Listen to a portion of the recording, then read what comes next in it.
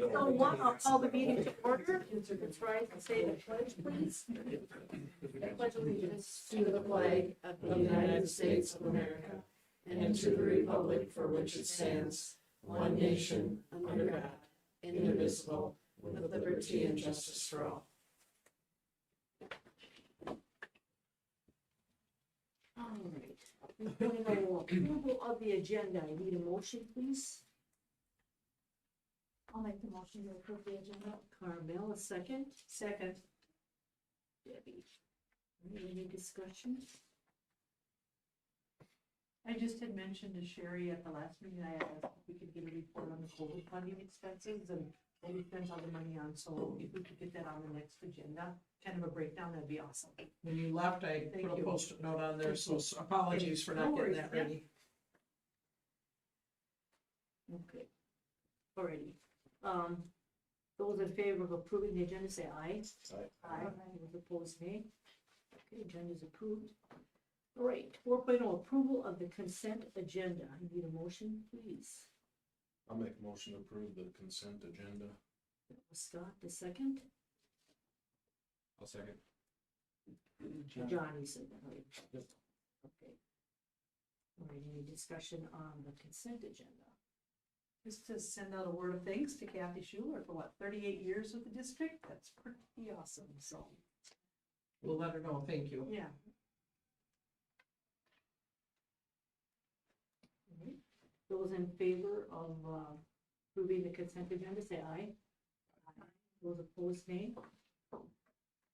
Consent agenda is approved. Okay, 5.0, communications report. 5.1, first is Dan Hymans, I'm sorry, I see it. All right, so I've always had trouble condensing this down on the PowerPoint, so I just printed a big one off, and this one has more of the details. So with the two new board members, I'll just kind of walk through the budget. And it's also on the big screen here. So the top section is our funding. That hasn't really changed. So I'm just gonna kind of work down with the costs and how at this stage in the project, I've been balancing a lot of the items out. As you can see on the right hand side, the zeros. So going down, I left 20,000 in for abatement just with that project going on at East Elementary, in case there's any surprises with abatement. And we ran into some interior walls with Articulite, which was kind of weird, but they think it was used for soundproofing rather than like outside insulation. So that was like one thing.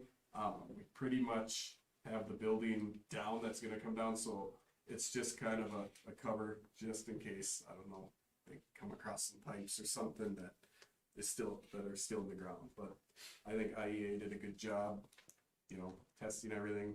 They couldn't have probably thought of testing every interior wall. That was kind of a surprise. So that 20,000 is still in there just for safety net.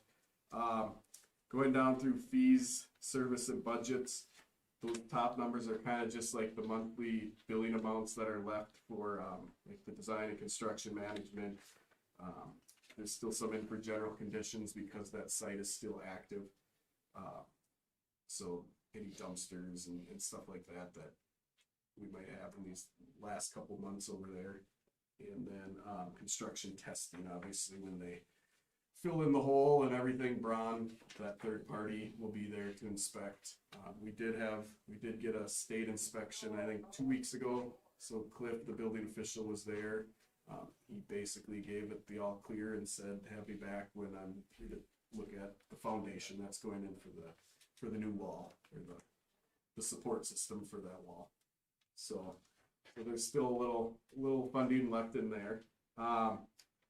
Furniture, equipment, and technology. Been working with Kim, and she's been getting me kind of the invoices and stuff. So I left some funds in there just in case some of the items, have an invoice come in this month. Technology, I left 28,000 in there as the school kind of did a study with Jesse, and there's just some rooms that maybe some added speakers that it's just not loud enough. Some of the teachers, it's tough hearing. I think the designers had it where yeah, they should be able to hear from that corridor, but it's just not enough. I think enough staff brought it up that, we brought in a study, so we're still waiting to get some details from the, electrical engineer and then the Aspen Technologies, the contractor that I'd be doing it. So that, I think they're gonna come in the low 20s, but I put 28,000 in there just to be safe. They might have to run some of the further distances, they might have to add some amplifiers and stuff, some equipment, so I figured to be on the safe side there. And then the security is still what's left on Brothers Security. They have some lead time issues with some equipment, some fob readers and stuff, so that's kind of already factored in their contract. It's just, as time goes, that amount will zero itself out. Going down to construction costs, that's what's left with some of the contractors. A lot of it's down to retainage, as they get their punch list items done and the closeout materials, all the owner's manuals, all the trainings. Those will zero themselves out. It's the contracted amount. All the change orders are up to date, so the revised budget adjustments are up to date. So as the final bill, we will zero that column out. Then down at the bottom, landscaping. I left 14,000 in there just because I know we're still working with the bench company. They have to redo some over by the flag poles. So I just left that in there in case there's any hiccups or anything, but it's more on their dime. But that's a safety net. So that money will likely go back down to the overall project balance too. For winter conditions, so that with the work still going on over in Raymond, there's still some funds in there to help cover winter conditions, as that project kind of got going later than everyone expected. So it just costs more to get equipment started in the morning, all that kind of stuff. And then the decommissioning over at the school, I left $100,000 in there just in case. Everything's going pretty smooth. Everything that needs to be demoed is pretty much pulled away. So now the next step to get started is getting the steel, the foundations poured and then the steel supports up. The structural engineer from the city of Raymond did say that wall could probably stand for a few years, but it needs to be structurally supported for longevity. So it's not like an immediate risk or anything that it's just gonna fall over right now. So that moment where that would have happened probably would have been when they were separating, and that's been done for weeks now. So other than that, the overall contingency, I adjusted it down and just left 20,000 in there, and then that 15,000 that's highlighted is just pending. So with punch list items, there's still a few items that I'll be working with the contractors deciphering out. There might be a couple more change orders, but as you can see, they've really dropped down in size compared to some of the ones we faced through the project.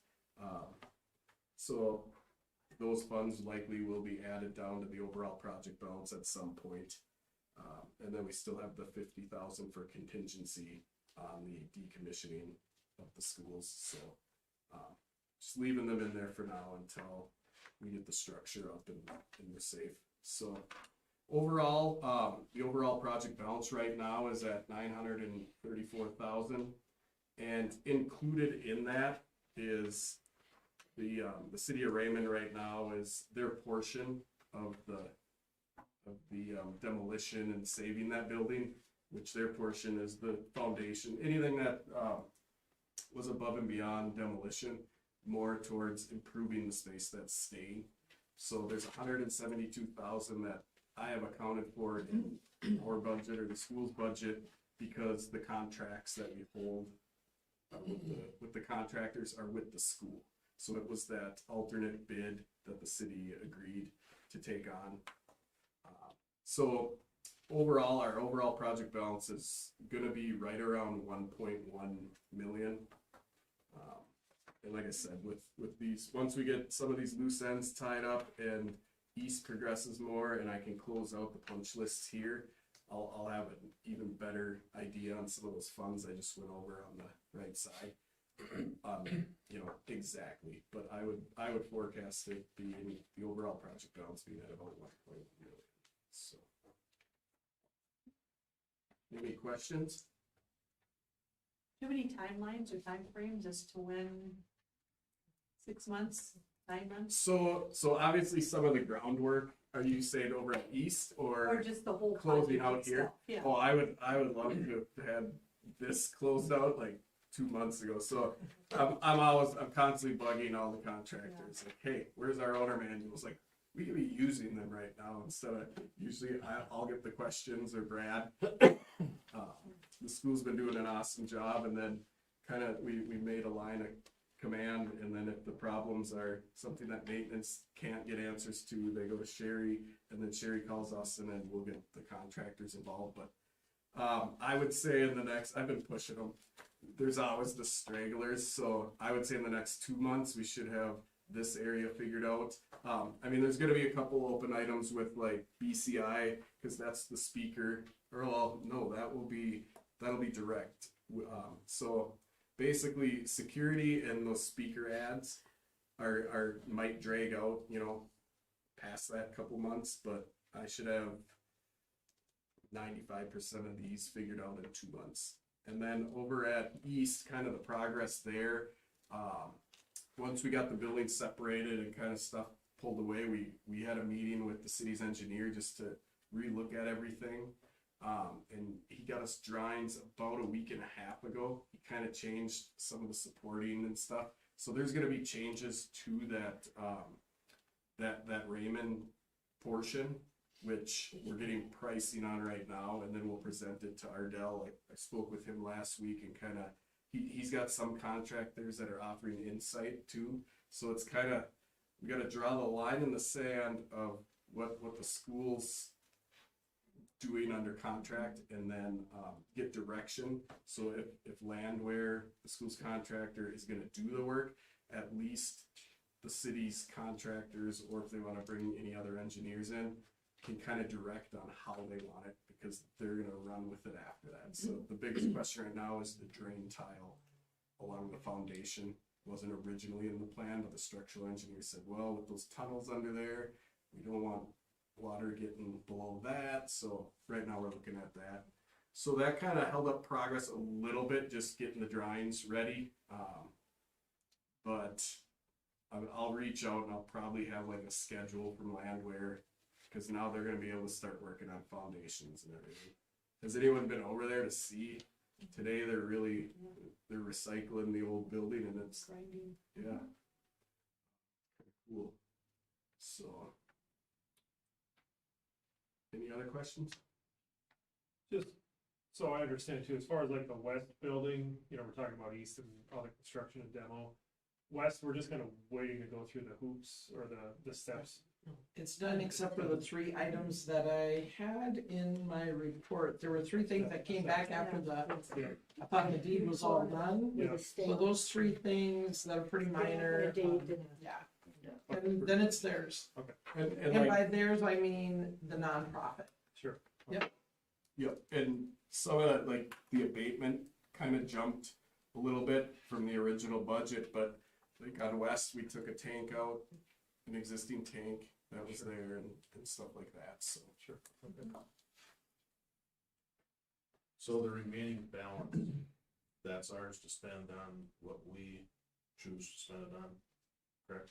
I mean, we can't put a Ferris wheel up, but I knew that's what you're thinking. It, just to review, it can only be spent on building and renovations for, education, site work and anything like that. Is there a time frame on it? Or- Yeah, I once asked like 10 years, and they said, it's probably best that it's within 3 years. Okay. Because the money's here, it shouldn't just sit.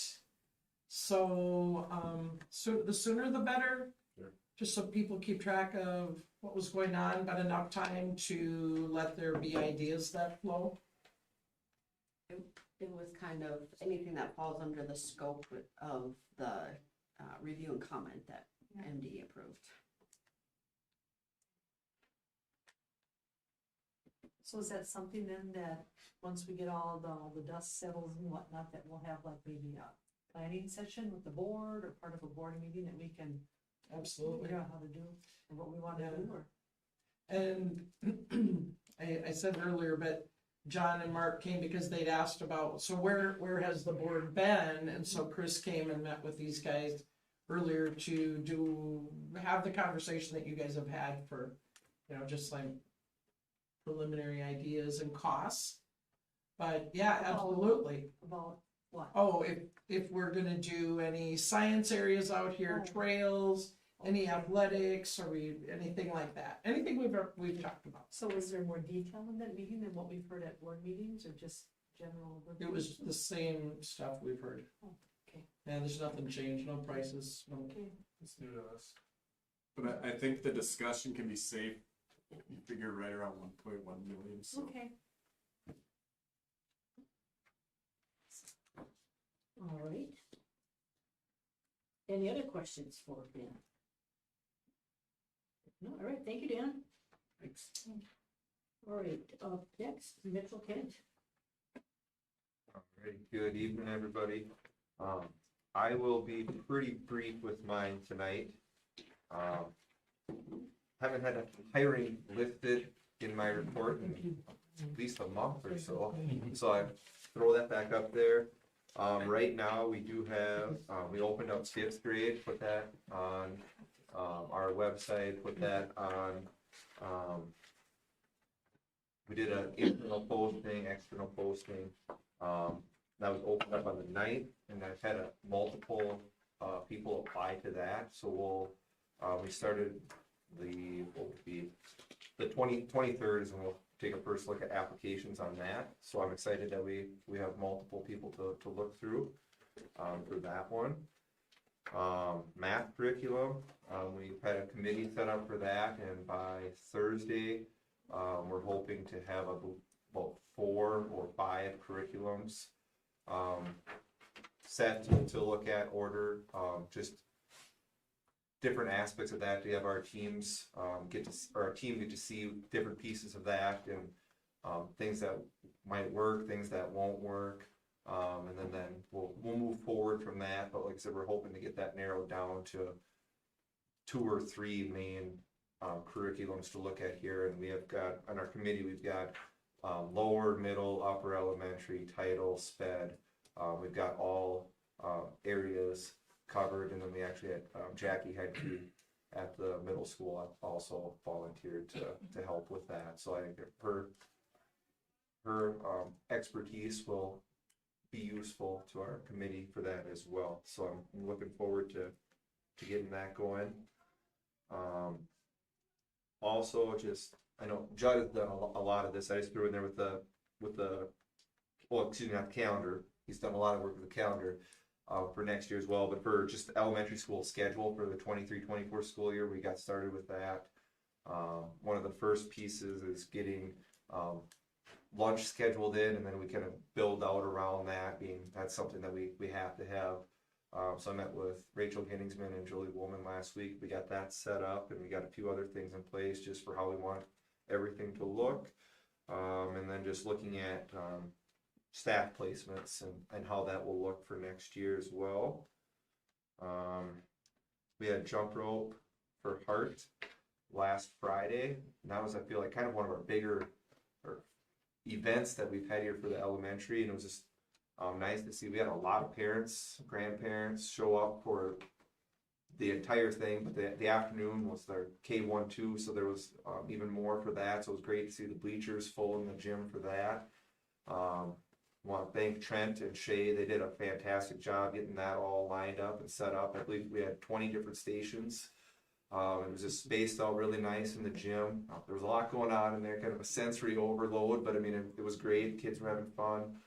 And then I just want to thank Parent Club for helping with that as well, all the parent volunteers. And then Parent Club was able to get quite a few different sponsors as well to help. So they were able to get water and drinks for all the kids and popcorn and everything. So we appreciate them getting all of that lined up. So it was just, like I said, a good thing to have for us down in the elementary. And the last thing I have just for the upcoming events, I just want to note that we will have our first, finally, elementary assembly, next Friday. That'll be pre-K through 5, and that'll be in the auditorium. And we're still working on everything that we'll have done in there, but that'll be our first, everybody here, everybody in one place. We've had quite a few groups using it, but we haven't had everybody down there for one event yet, so I'm excited for that. That's all I have for tonight.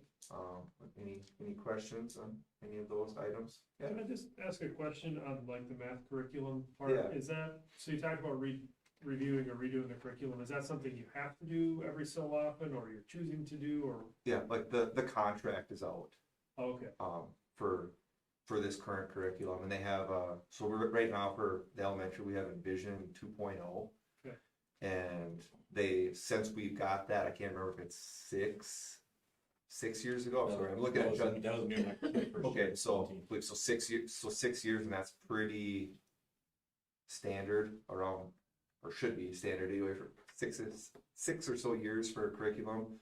And right now they have moved on to a new curriculum, so instead of just extending it a year, what we have, it's Envision 2020 now, so instead of doing that, and then we're reading curriculum is right around the corner as well, so we're wanting to get our math curriculum selected here and give us some time to get that done. Thank you for asking. Well, I was thinking the same thing. We know that our math scores have not been the greatest, but if we transition between curriculum and curriculum, how do the kids that have learned it one way get halfway through and then have to make that switch? Is that difficult or not, or how do we work with that? And I'm gonna say not even for the kids, but I think I'm gonna put the majority of it, and you can tell me if I'm wrong, Sherry, on the teachers. Okay. I think, the teachers, giving them all the resources we can, the online or the trainings, or bringing trainers in here, so instead of online trainings the last few years, because that's all we were able to do, but having trainers come in once we get our new curriculum, and making sure the teachers know all of the tools and everything that's available to them and what they can utilize to get out of the curriculum. And I think once they know all that and are comfortable with all that, I mean, they're gonna be able to teach it in a way that, I mean, it's not gonna matter what curriculum we choose. I mean, they're gonna be able to teach it in a way that the kids are gonna be able to learn it. The teachers also come with knowing what works and what doesn't work. For example, there's a lot of work that can be done on one of these boards, but they might say, you know what, it's really too basic for the kids they've found, so they might actually say, we don't want a product that has too much of that. We would rather they spend more time working on their own and understanding really basic essentials of math. So they'll come knowing what doesn't work and what's gonna be better for the kids after 6 years. So that's helpful too, I believe. Yeah, so to me, it's not gonna be a matter of switching from this book to this book.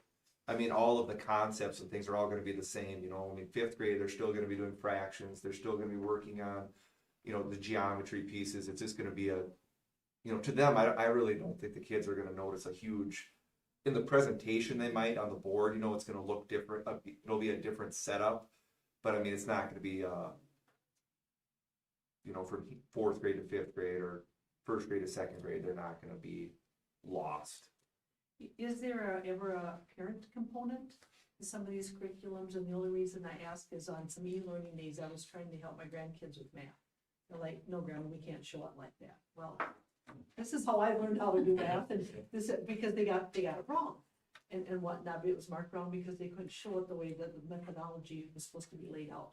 Is there something component that the parents would be able to learn about if they wanted to also? Because I don't want my kids to get something wrong. If they ended up with my grandkids, if they ended up with the right answer, it just couldn't show the work in the way that was expected of them. Yeah, and that's something that I guess I haven't been in this position long enough to know if that's been a request before or not, but I think it's definitely something we could look into and see if they just had another, or a resource that we could use to share out with parents, just to show them how to use the virtual components and kind of what we're expecting them to Parent know. tips. Yeah. So I think that's a good thing to ask when the reps come, because a lot of people say that. I don't know, what's maple leaf stem? I don't know. Or the count, like there's 4 nuts on Yeah. 4, it's like, Exactly. Yeah, That's great if you can figure out there's 4 knots and Yeah. not 6 on them. So no, I think Okay, that's a good yeah. point to look at too, so. thank you. Any other questions? I really quick, that Klein Theater, is that one where they just come and do a performance? They're not, students are not involved in that one? No, that will be, them coming in here. Okay, just, Our students will learn just kind of different lessons. They actually turned in, they do a survey, with our staff. And we actually, sent it out to parents as well, I believe, but I know staff for sure got one, just kind of asking what areas or topics they wanted or would like to see the students learning about or focused on. So they're trying to cater more to us down the last year they did that too. oh, kind of customized. So yeah, before it was just kind of like you get option A, B, or C, and now they're trying to make it more individualized to the school. Okay, any other questions? I would add, you guys had a planetarium or something maybe Yeah. 2 or 3 weeks ago. Yep, and that was through Parent Club as well. That Okay, was, I was gonna ask who set that yep, up. Lindsay Bosch, brought that to me in August. And I thought that, like I said, Parent Club was willing to, they do a handful of things for the kids every year. And, she said that with the educational component of that, and to me, that was kind of one of those things where if they were willing to help us with that, I mean, that's something that, it's not an everyday kind of a thing or an experience that a lot of kids are gonna get, so I thought that was really, really cool that they were able to bring that in here and give everybody a chance to see that. I was still getting science or space facts the next morning. They're definitely excited. Good. Oh, that's good, they learned something, that's good. All right. they earn a lot of their money through the spring plant sale for things like this. So, And just then- FYI. I this believe is that one great. had been in the works for a couple of years, because I remember having a conversation with Lindsay about it. But through COVID years, it was, should be a little bit more cautious. Okay, anything else for Mitchell? If not, Judd, you're up. What do you do? Very awesome, thank you. I'm hoping I win the most colorful presentation award for the evening.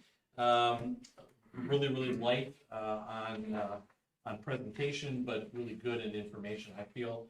So the first thing I have for you are the initial results from, I believe the 9th would have been Thursday evening, or Thursday, actually, it was during the day because I presented it to Kim and Sherry for the packet then. Interesting thing to note, so you can see under the questions, we have 316 responses. To me, it's interesting to know that from this point that this was given to me closing it this morning, there were only 22 extra responses. And they came in really fast as soon as the survey. I was geeking out in my living room watching the results come in, and I was giving Sherry a play-by-play, and then she started making fun of me, so I stopped. And it was amazing just to see. I would say within 45 minutes we had well over 200 responses that came in. So people wanted to give feedback, which was awesome. So in the end, I don't want to get. I'm assuming, Sherry, are we going to go through the thing you and I worked on later? Let's do it now. Let's do it now. Okay. In the end, you can see that. So for instance, the first question of the potential release time of 3:30.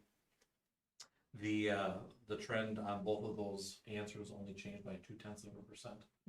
So the initial feedback on that Thursday stayed true to what ended up coming through in the end. So did this go out today after we finished up on it? To the board, thing you yes. and I worked on? Okay, perfect. Thank you. So we went from 18.6 saying yes to a 3:30 release time down to 81.6 down to 81.4. As compared to the April of 21 response, which I rounded up, I believe it was 79.6% at that point. And then the no, keeping release time 18.4%, raised to 18.6%. And again, as a roundup, that was 20% in April of 21. I wanted to share with you, I got busted up my highlighter and kind of categorized what the feedback said. So going through the no's, the concerns about a 4-day week, going to, if we're going to change time, let's go to 5 days, and concerns about learning loss. That came in about 18 tallies. And then, of course, one that shouldn't be a surprise to any of us, daycare or work concerns for families that came in at 27 tallies. As far as the yes responses, they said yes, the day's too long, which I wanted to kind of give some context for that. So we'll talk about homework, bus routes in particular, bus routes for time, and then bus routes for winter was something that was a hot topic. Church time and then student work time, and not student work time as in schoolwork, but students being able to go to their jobs was what that was. That came in at 86 tallies. More family time, no surprise there, came in at 34 tallies. And then the activity concerns, lost academic time for going to events, practices. The area schools one, that was one that I hadn't thought of myself, but keeping time frames the same, not only when it comes to activities, but also when it comes to the curricular elements of being able to do something like, say, we'd want to do an ITV class with ACGC, because for Accounting 2, changing it might allow us the opportunity to be able to run similar schedules to be able to provide a curricular opportunity. And that came in at 33 tallies. The other points to note, those are things that got brought up that I thought were interesting that I wanted to share. One person said, hey, well, instead of changing time of the day, why not, take a few days and go with a true spring break? Yeah, makes sense. Somebody said start the day later. Somebody else said an earlier out gives more teacher prep, and also it would give time for after school help for students. And then there were multiple comments about the need of an after school program. I wrote likely, I had the word probable in there, and I'm just like, it just makes sense that if it was going to be changed, that would definitely be something that we would need to line up. So in the end, that's the information that came out for the release time. I'm gonna skip over the e-learning snow day element, which I'll talk about the calendar real quick. I've spent a pretty good chunk of time over the last couple of weeks working on the calendar for next year. I've already run it through activities. The teacher group had it also for them to provide feedback on, and I'm hoping to present that final copy to you at the March meeting. A lot of times we do it in February. I just don't want to bring you something and then go, I need you to vote on it again in March. Oh, I forgot something. Let's vote on it again in April. I want to give you a good quality product when we do present it, and make sure that we get all that. And I call Edith the calendar whisperer because she helps me with my math on the days and that kind of stuff. So run it by her real quick and get a little bit more feedback and be able to present it to you. So I'm real happy with it. It's looking really good, and looking forward to presenting that to you in March. Judd, I'm wondering, were you able to extrapolate the data of the early release time between elementary and middle school and high school? Negative. I would say my fatherly side, when I saw family time, I went toward the elementary side on that quite a bit. And there were there was some extra comments that were interwoven and that kind of thing. But yeah, no, there was no specific question about which level for which.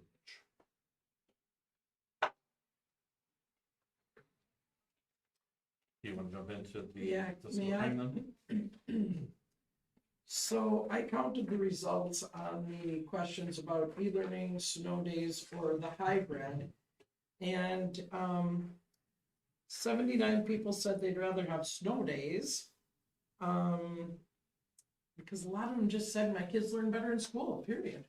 My kids learn better in school. And we learned that during COVID, didn't we?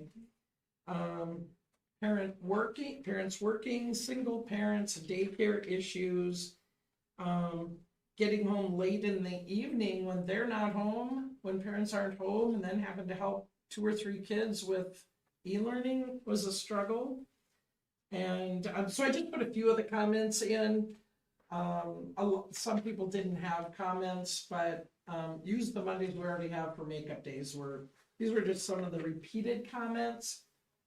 I just want to say that parent work, single parent daycare issues were the top reasons for not liking e-learning. E-learning, 145 people said e-learning is their preference.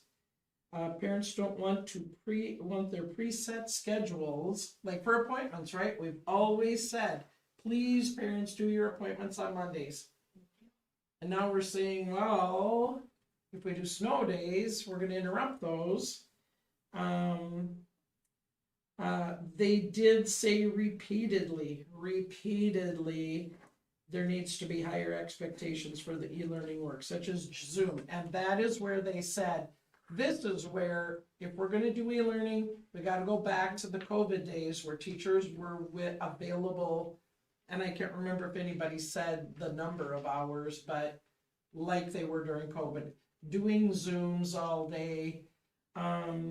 17 people said specifically that there needs to be more rigor, and teachers need to be more available for students. Go down to 2 days. Some people said 2 days, 5 days was too much e-learning.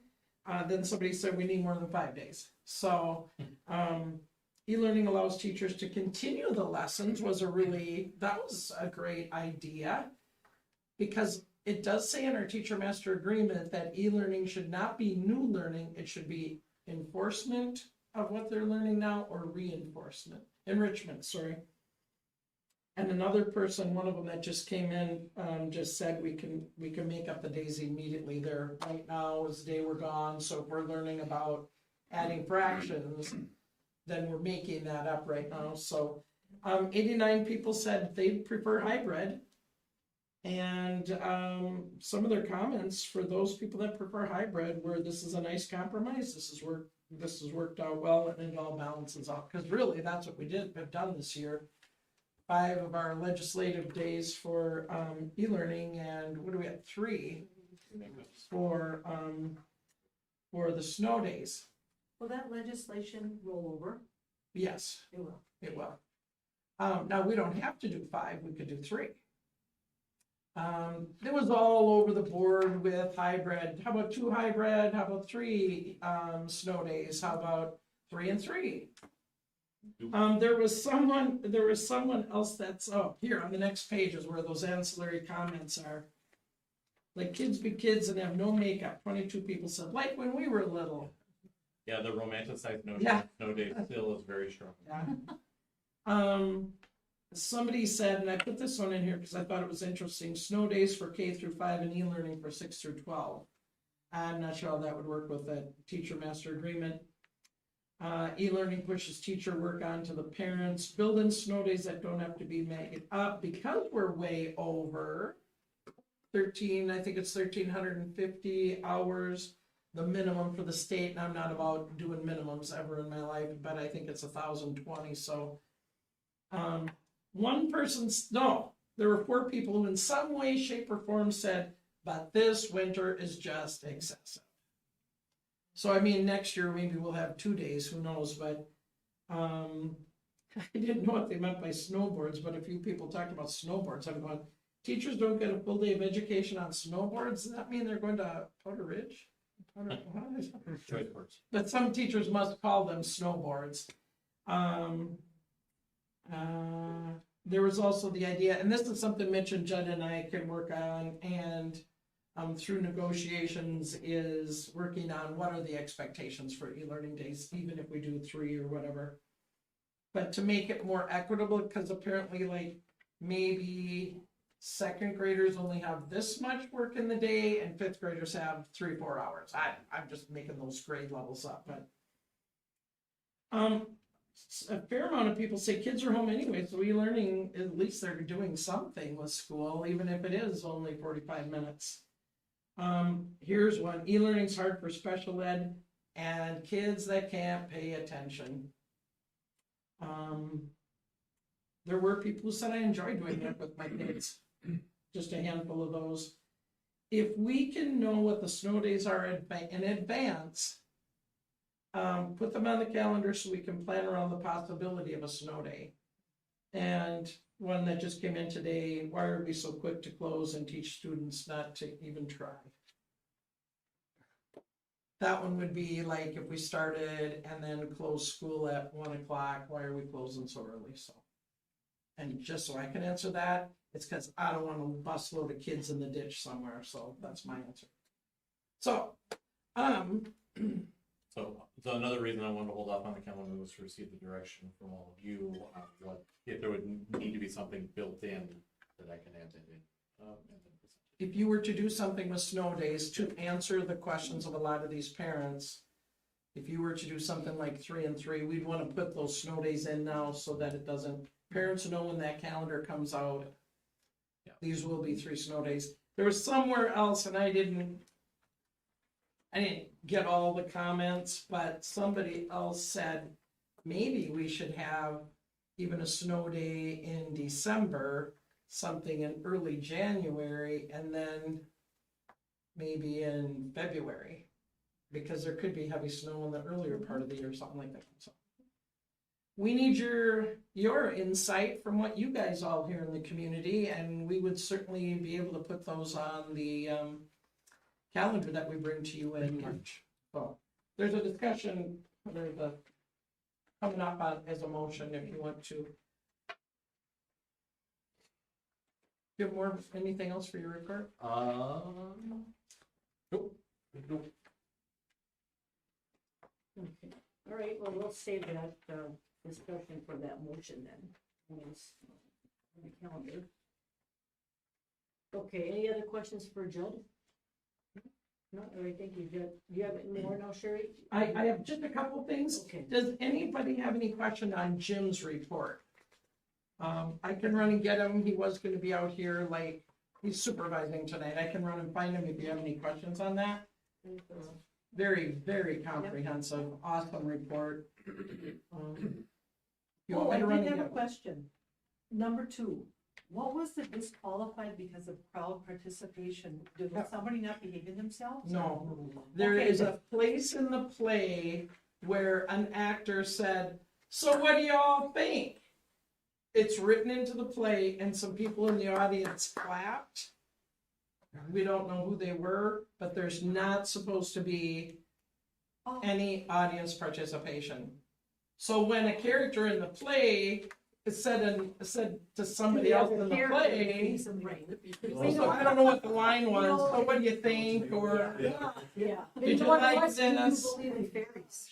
oh, is that what it was? But at any rate, if you're going to penalize schools for that, you must make it perfectly clear to the audience that they cannot participate. And if that's not been done, you have no control over that. Okay, what if the audience laughs? Yeah. Yeah. Or what if I wanted to take down every play that day and I clapped through every one? You know what I mean? I mean, that's, Answered whenever they ask. the yes, question. right, or whenever something was funny or something. So I mean, I think that's Hard a to little bit recognize. unfair that is Yeah. not made crystal clear early on, that it's competitive and you can't respond. I'm just glad that nobody said anything that was like throwing the berries at the kids or something. I mean, it wasn't, I'm sure the audience didn't understand what the scenario was either, so that's just unfortunate. Yeah. Did they find out how they would have rated anyway? Does anybody know? I don't know if They they. wouldn't go back and recount. But sometimes they don't. Sometimes you still get your rating, you just been Yeah, disqualified. they wouldn't do it. Yeah. Well, that's unfortunate too, as well. So that's their job already. Anything else that you have then on your? You know, I've got a lot here, and, Okay, we were, Oh, I'm sorry, we were talking about, Jim. gyms. We were talking about gyms. Anything else with Jim? then? Yeah. anything else on Like I said, I gyms? can run and get him, or send Mitch to We'll do do it. it real quick here. And it sounds like, the, BPA competition, those kids, business and professional group did a good job again, so. We're going to state. And we got a lot of sports things coming up here yet, so, all right. Anybody else have anything for Jim? All right, if not, then sure, you've got some more things to cover. You've all read my report. I'm eager to get done with these purchase agreements. Very eager. I know Maynard is too, and Ardell has reached out to me, and so just got back from the attorney, our agreement, and Kim and Jim has looked through it, and Kim's gonna look through it tomorrow, so once we have something that works for us, then I'm gonna get back to Ardell and have another conversation with him. Let's see, I don't think I have anything else other than what's in here. You did mention in your report, you're gonna talk more about the co-op. Oh, So is that something on the, I didn't see it on the. oh, sorry about that. Yeah, that is, that's a big contract. That's about, thank you, Debbie, for reminding me. That's, this year we pay about $365,000 to the service co-op. And something that's really, it's very necessary because we have, I think in our whole district, 2 students who need orientation and mobility skills. So there's not, first of all, enough of those teachers to go around, and we would only need like 2 hours a week. So we can purchase those services from the co-op, and that's a really great thing to be able to do. Some years we need more than 1 psychologist, some years we need 0.75. So we can create a contract with those service co-op that matches our needs. But it's it's a support for all of our special ed. It's technology support, it's business support. So yeah, that's a very interesting, and it also relates to one other thing I was gonna say is Judd and Mitch and Kim and I have been meeting, trying to meet every week. We've got another meeting coming up again tomorrow, and we'll probably meet again because in the January meeting, you asked us to go ahead and make cuts where necessary. And we've had some resignations, and how do we piece those together in a time of a teacher shortage? In very, very difficult to find license areas like DD, high school special ed, those areas, very difficult to find. So we work to come up with, be as resourceful as we can. Mitch has got a couple things brewing that are going to be super, super helpful to us, and in this time of teacher shortages, so. Yeah. So I just wanted to touch on that service co-op, All right, so then you haven't We have till determined April all, 1st. you haven't determined all the services that you will need. Correct. at this time. Okay. All right. All right, any other questions for Sherry? Okay, thank you, Sherry. Okay, committee, under committee here, I'm just gonna say that, Kim, myself, Carnell, and Sherry will be going to that negotiations training in St. Cloud on the 24th, that's a Friday, in preparation for future negotiations. That's a 1-day event, so hopefully we'll learn all we need to know, ready for that. You know what, Julie, may I interrupt? Sure. If we did go to a shortened day, I would say that the board will also have to determine what teacher hours will be at that point. I think the question that Judd researched is student day, right? So does that mean teachers also have a shorter day? Because that will be significant negotiations. I remember this was years ago when we first went into the 4-day week, it was written into the contract a little bit more general, like so much time before the beginning of the school day and so much time after the end of the school day. So it really didn't designate from this time to this time. Does it still read that? Was that an MOU? No, that was Or in was that the teacher original agreement application? contract. Yeah. Cause then it would, if it's general like that, it wouldn't have that much implication, like 45 minutes prior to the start of the school day and 45 minutes after the end of the school day. Cause then That doesn't make any difference doesn't with make the any school difference. days. Right, yeah. So maybe just Sure. something to look at the language. I think it was listed as 7:30 to Well, then it 4:30. might have changed. actually. Yeah, 'cause Yeah. I remember it was like Yeah. 4:35 before, then they. I think the amended it to master agreement 4:30. does too. Yeah, in the master agreement, I think it was And that was 7:30 to changed 4:30. after that, in those first couple of years. So that's something that, Something to look boy, at, yeah. and if I don't have anything from the teachers yet about starting, I know they're really, really close, because Leanne and I communicate, Leanne's president of the union. But that's gonna be a big deal. That'll be a big deal if that impacts teacher time, and that I could see being a negotiations issue. So their contract is up at the end of this school year. But we would start Oh, negotiating now, absolutely. or when they're ready. All All right, well, we shall have to see how that shakes out. All right, 6.0 discussion items. Anything, anybody got anything to bring up on that? I kind of like to just make a suggestion, maybe on discussion items, if somebody does think of something, to just get it on the agenda, so we kind of have a little bit of time to think about something, if somebody wants to bring something up. Although, this is handy to have during the meeting in case things come up that we do want to readdress. And Debbie, I appreciate you reminding us about Esler, but Yeah. yeah. All right, anything under discussion anybody wants to bring up? If not, we'll go to item 7.0 business items. And I'll need a motion to approve the 2022-23 seniority list. I'll make that a motion. Brad, second, please. I'll second it. Was that Scott? Yep. Discussion or questions on that? Have we got that all in our documents here? Can you maybe just reiterate how it works with the probationary teachers? How long or is, yeah. Do you know it better than I do? It's 3 years that they're on a probation. If we hire them right out of college, they have 3 years, 3 evaluations each year from their administration. And, once they are, given 3 years of good evaluations, they can be, given tenure. If they come here from another district and work, let's say in another district for 2 years, then came here, they have to start their probation all over here again.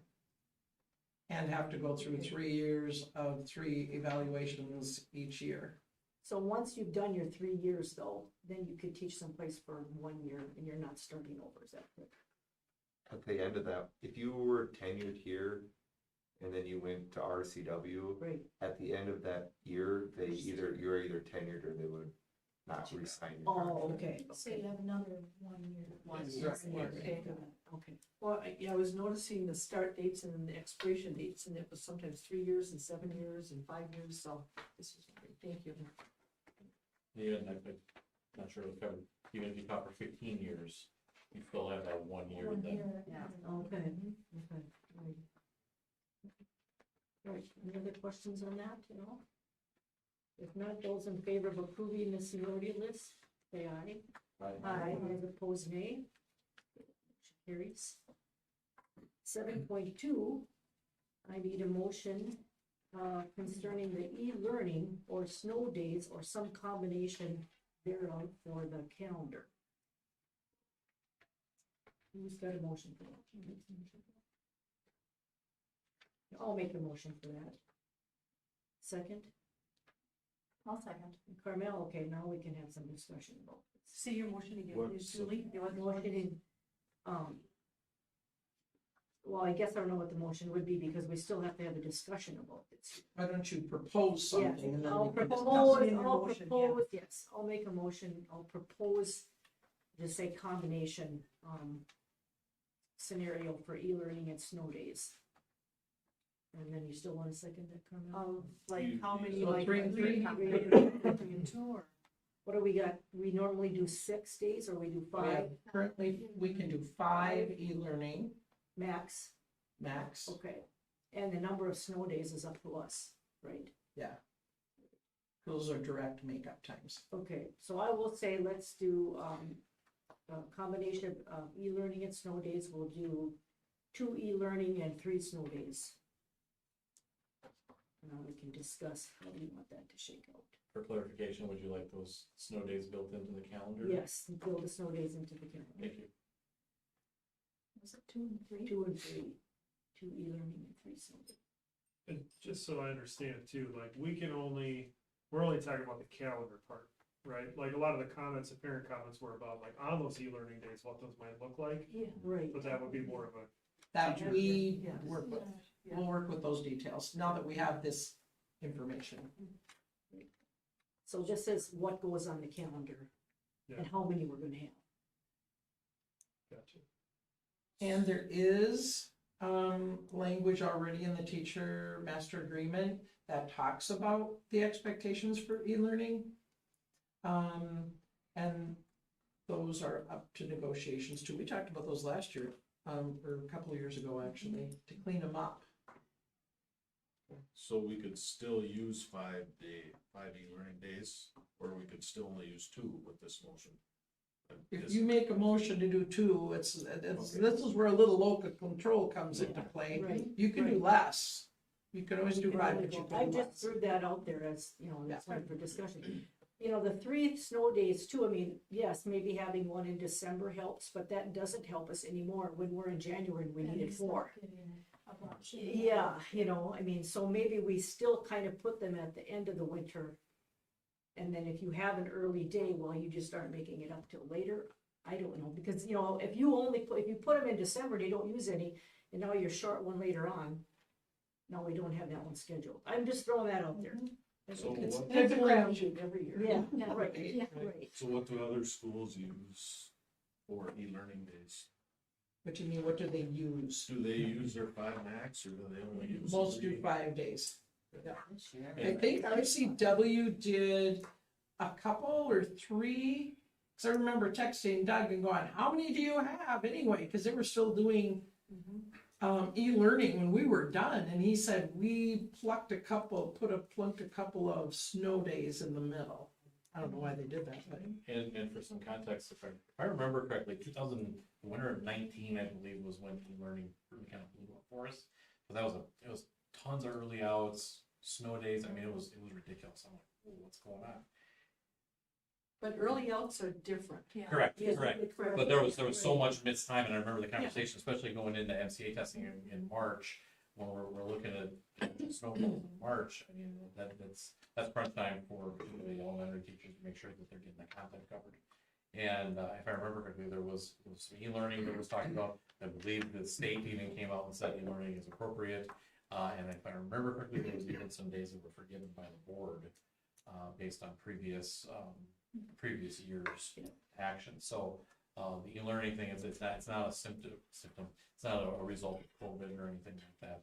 And just so you're aware of what I tell the high school staff, that we have our 5 days. If we would need to do a true distance learning, that would be for something for like a boiler went out and we have multiple days in a row where we need to make sure we're connecting with kids. So just something more food for thought. I guess for me, it would depend on the quality of the e-learning days, because what we have currently that gets sent to my house is not even close to equivalent of a school day. If that were to improve, then And it's I would be more than happy to have 5 of those days. But, you know, so it kind of depends on what that product will be So for my maybe, vote. yeah, maybe with Julie's motion, if we do 2 this year, we can see a change that's maybe gonna happen and what's gonna be offered in the e-learning days, and we could extend it next year if we needed to. Cause I couldn't agree with you more. I actually like the e-learning days best too. I mean, when I was young, I hoped for that day we went to school and we left 2 hours later so we could count it as a day. You know, I mean, and to me, e-learning is something.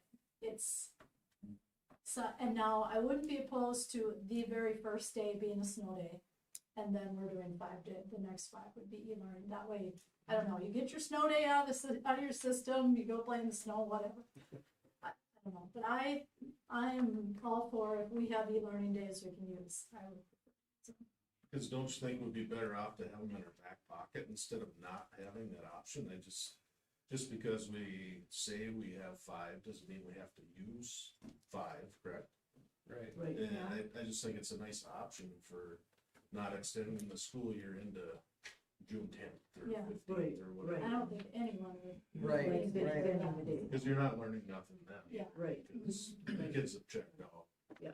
But I think, John, you make a very valid point. I've been part of some of those e-learning days, and Yeah, there's not a lot of substance. what they call it, snowboard or choice board, you know, some of it's like dance around your living room for 10 minutes, like, I mean, I understand what they're trying to guide people into, but it doesn't, to me, really reflect time at Needs to be a little school. more I go out and play for 20 minutes and it's 40 below, probably not, you know. It's not- Yeah, or alphabetize these spelling words for a third grader, it takes 10 seconds, you know, Yeah. it just doesn't cut it in my opinion. I agree.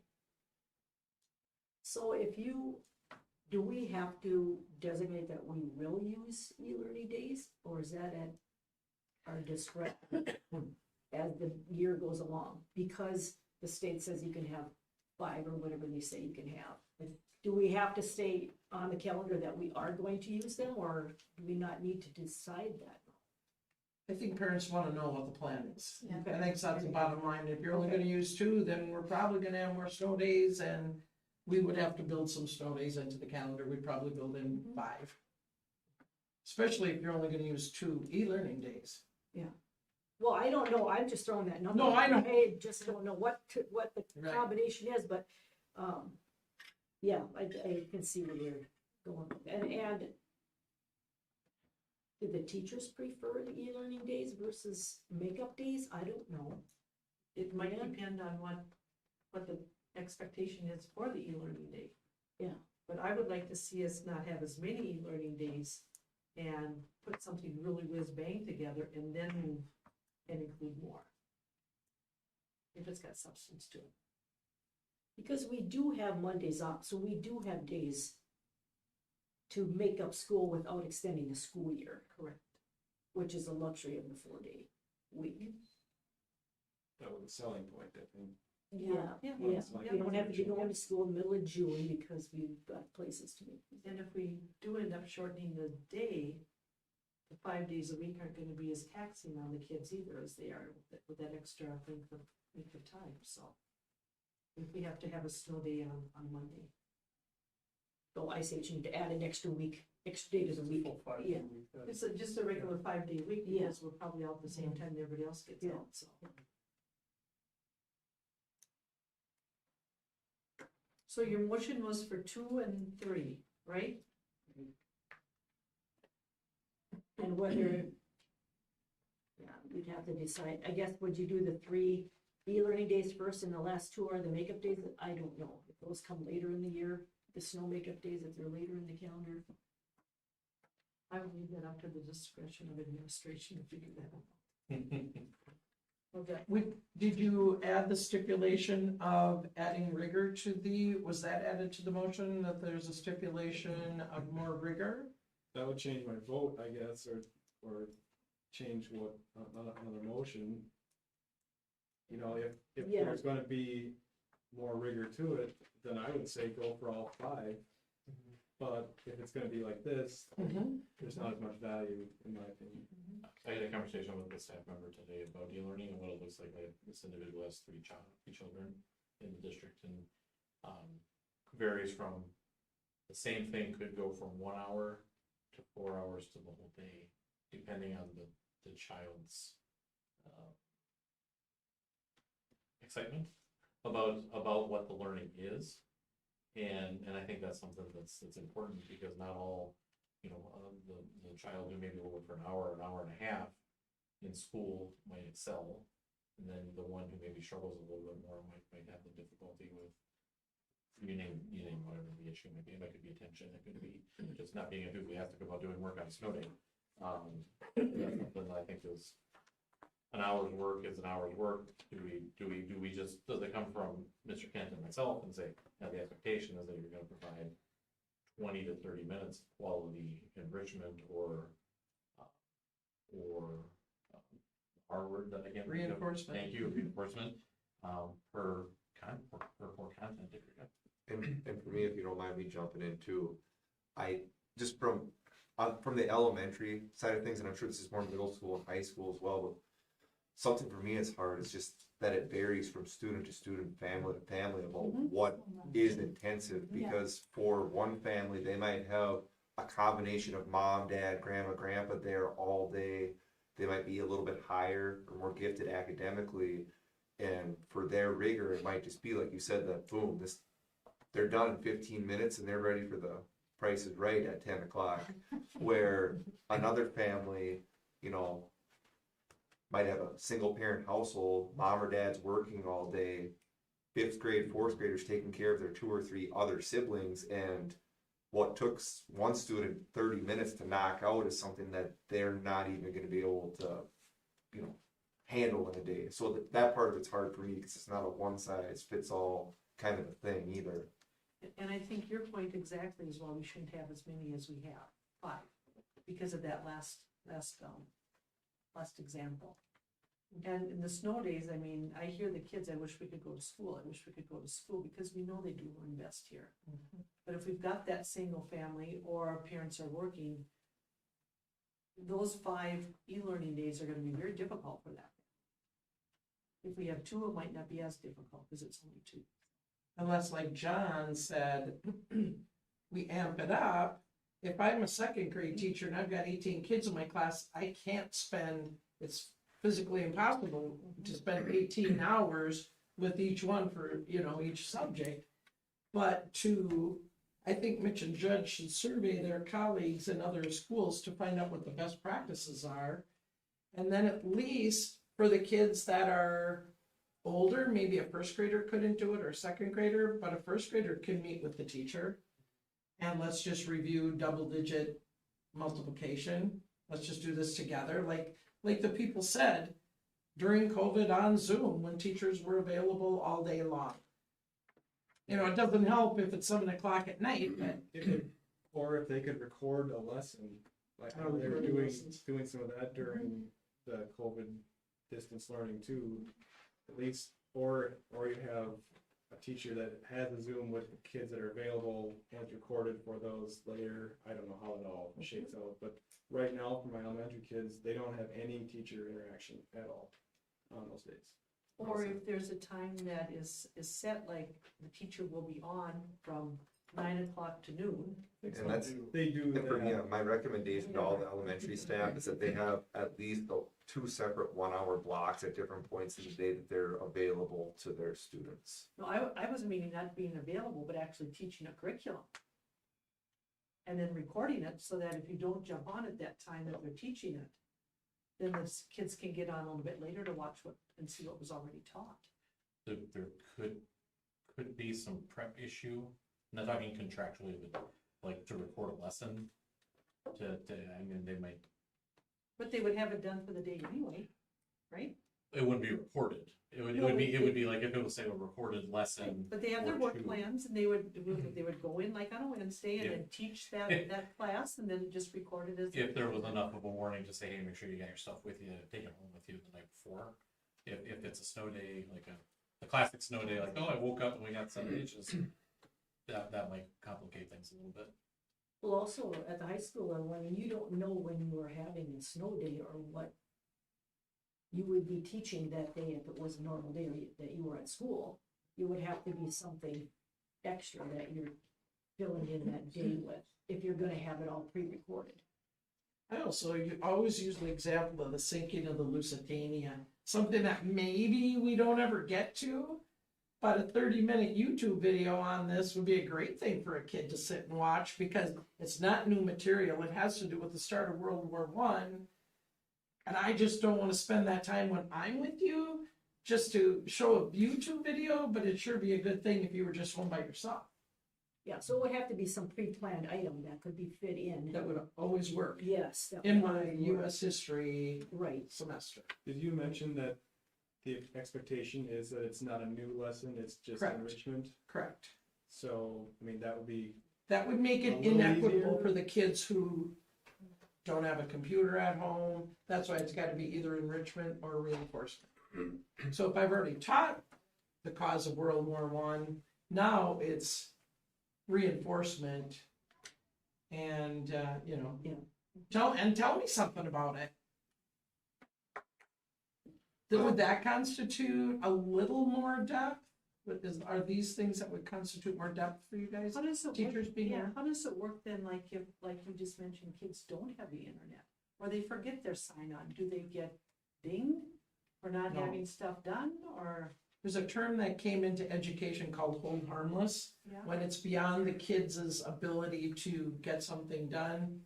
It was when a whole bunch of tests came in one year, many, many years ago, and these kids hadn't had the training for the test yet. We hold them harmless. We're not gonna not graduate you because we didn't give you that 10th grade history, whatever.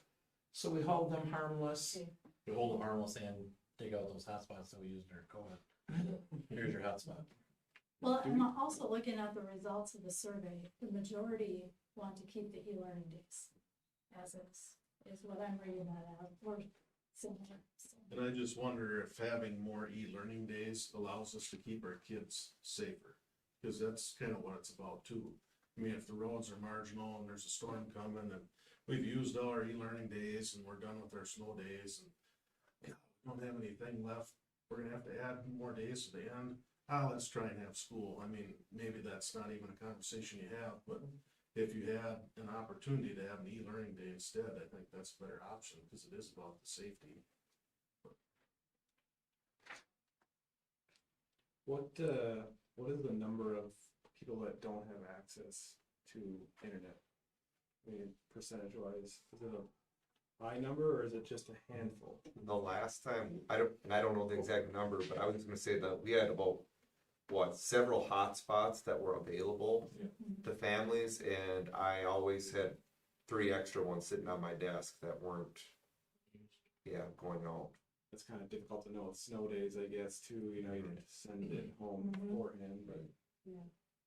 I just think that shows though the overall number is pretty I mean, high. Are we talking like families that do have 95% it. of people have I'd it? say. Okay. I'd say at the high school level, when we have e-learning day issues, it's attendance, it's not internet issues.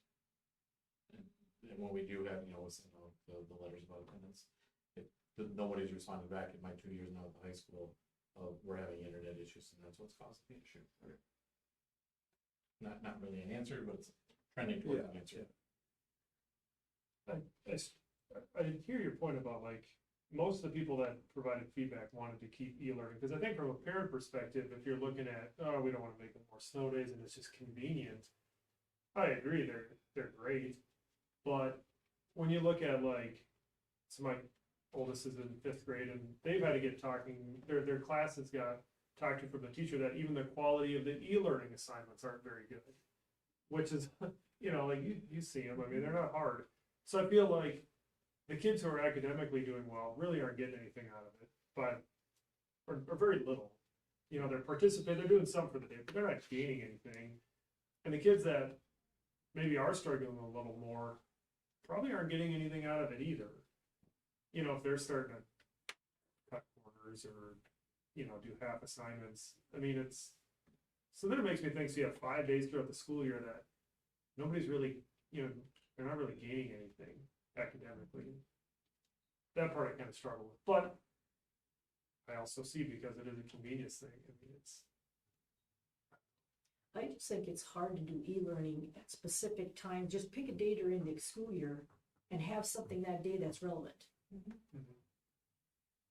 From high school through, I mean, I'm sure for e-learning, high school kids probably get more out of it perhaps, because you can they're used to doing more work on their own, but when you get the elementary grades, it's gotta be really hard for them to focus and to get anything out of that. But I don't think you can do e-learning just for the high school and then nothing for the other. I mean, that can't happen either.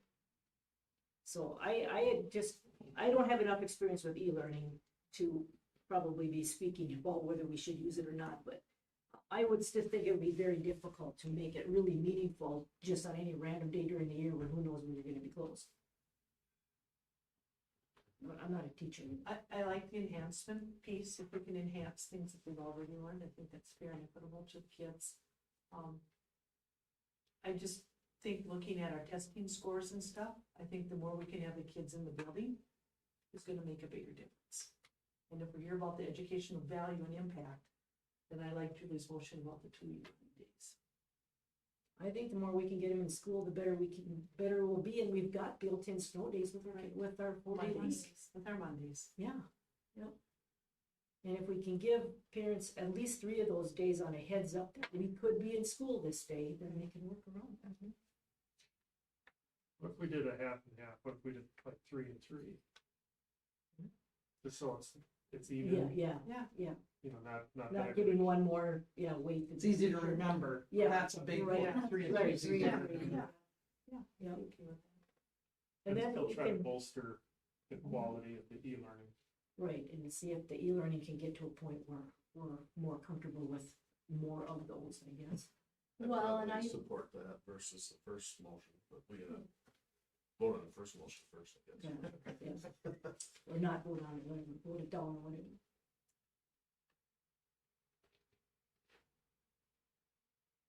Yeah, and I think too, this winter's been bad, but the last 5, we maybe haven't had the It's same hardly anything, situation, right. yeah, so. Do we have like a list of the last 10 years as far as snow days or days out of school? Just to see the average? And those nightmares are over, we want to do it. No, I'm sorry, don't mean to be disrespectful, but no, I don't Well, think there's we have. not been a lot, as I recall, I mean, We had some more early outs than like cancellations. yeah, yeah. And we had a couple winters with some April snowstorms. Maybe there was a day or two there. So say if we do 3 and 3, hypothetically, so that's 6 days that could be made up throughout the year, then anything beyond that would then be tacked on at the end of the academic year? Right, or they Boy, have that's more something Monday. people do not like, is at the end of the No. year. Or they could We'd have to keep forgiven, using or our something. Mondays, yeah. Exactly. Forgive Or you just Mondays, forgive them yeah. or something. Because it would not look good if all of a sudden you're tacking days on and we elected not to do 2 more e-learning days. Yeah. Yeah. People would probably be upset with that. Well, is there a way that we could word it, like, if you said we keep our possibility for 5, but we're going to use 3 first? Is there a way to make that happen or dictate that that's the way we're going to use them? The first 3 e-learning days used, followed by 3 snow days with 2 in case of emergency break Yeah. the glass. Yeah, Yeah. yeah. There you go, Mitch. John, Do we do all 3 e-learning days first, or do they? Yeah, I we would- just do- Okay. Keep it consistent. I like having that, like contingency option. I just think if you burn your 3 e-learning days before Thanksgiving on an awful week and Yeah, 3 Yeah, more before Christmas break, knowing And that that you're going seems to into happen January. multiple days. in a Sometimes, row, yeah. with a big storm. I just hate to give them up if it's an option. Right, we've got them, why not? Yeah, why not put them in there? But I like that scenario. If that's something we can do.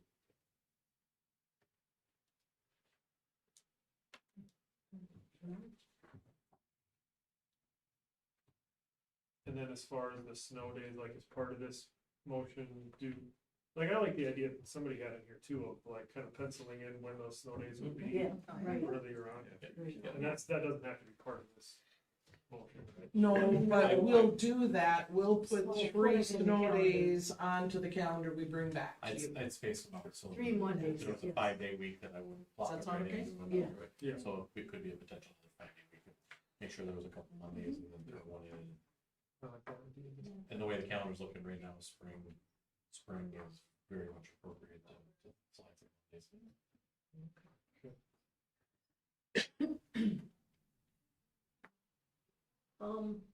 If the state is giving us 5 days, do we really need to say we may use all 5? Do we need to establish that now? I would, You think so? because I think we would, like Scott said, I think we'd be foolish to say no thanks to the last 2. Okay. Well, yeah, I'm just saying, just As because long as we we've didn't met have your it in there, we conditions. could still do it. So we could say we're going to use the e-learning days first, followed by the snow days, followed by 2 more e-learning days for a total of 5.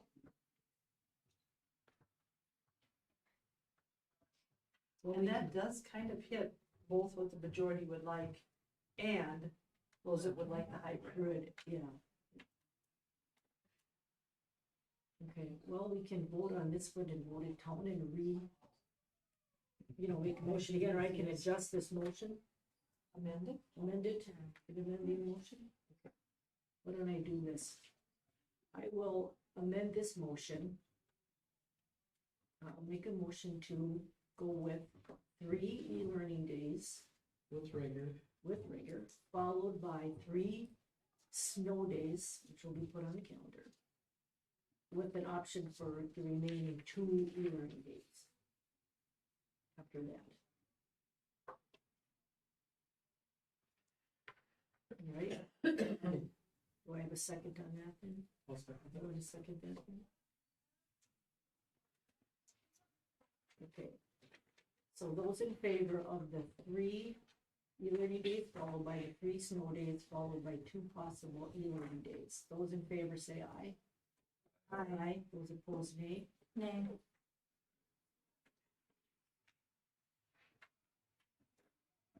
Right. If we can get those e-learning days more rigorous. Satisfy some more people about the educational component there. Okay, number 7.3, motion to approve the PAC for Families membership. Need a motion? So moved. Deb, and second? Cardinal, okay. Any questions or discussion on that? And this is a yearly membership, right? Yeah, I reached out to Debbie because when I used to attend PAC4 meetings more regularly, she was on the board. And the suggestion was to reach out, because we don't have the building in Raymond anymore, does that mean they might not allow us in? So I called and the person that I was talking to reached out to a couple other people, I can't remember their names right now, but they said there's still kids that live in Candy Ojai County. Just because they don't go to school in that county, they're still Candy Ojai County kids. It was the executive director, can't remember her name, who said, let's do this for a year, and if the board decides, no, they don't go to school in Candy Ojai County, they'll give us a year to be members, and if they decide to change their mind, they'll let us know next year, but they would love for us to continue with them. And as Sherry and I talked about, sometimes you get out of stuff what you put into it. Right. So I think it's really important that McCray does have staff, whoever that may be, that really attend on an ongoing basis, because it's an amazing networking group of individuals from districts from 5 counties and whatnot, and it's a lot around mental health. So it's a great collaboration. All right, any other discussion on the PAC4 membership? If not, those in favor vote aye. Aye. Those opposed, nay. Okay, 8.0 meetings and committees. Wow, we got a lot of things happening here. What's that? This week, the 16th, interview training. Then followed by a special board meeting on the 27th, to determine our finalists. And a special board meeting on Monday, March 6th for interviews. And also follows up on the 9th, more interviews and selecting finalists hopefully. And then on our Monday, March 13th board meeting, or prior to that, we'll have the special training and then the board meeting at 6 o'clock. And then 2 remaining board meetings, April 10th and May 8th. All right, any questions about any of those items? I will not be here Thursday. Which when? one? This Which coming Thursday? Thursday. Oh, this next one? Thursday, yeah. May I just add for everybody, please? Yeah, go ahead. I know nothing. I know nothing about the numbers that have applied. I know nothing about any people who have applied. People keep asking me, how many people have applied? And I'm going, I don't know anything. And I think it's best that way. So none of us in administration, we all keep getting asked, how many people are there? Nobody knows. MSBA has done an awesome job of keeping that tight.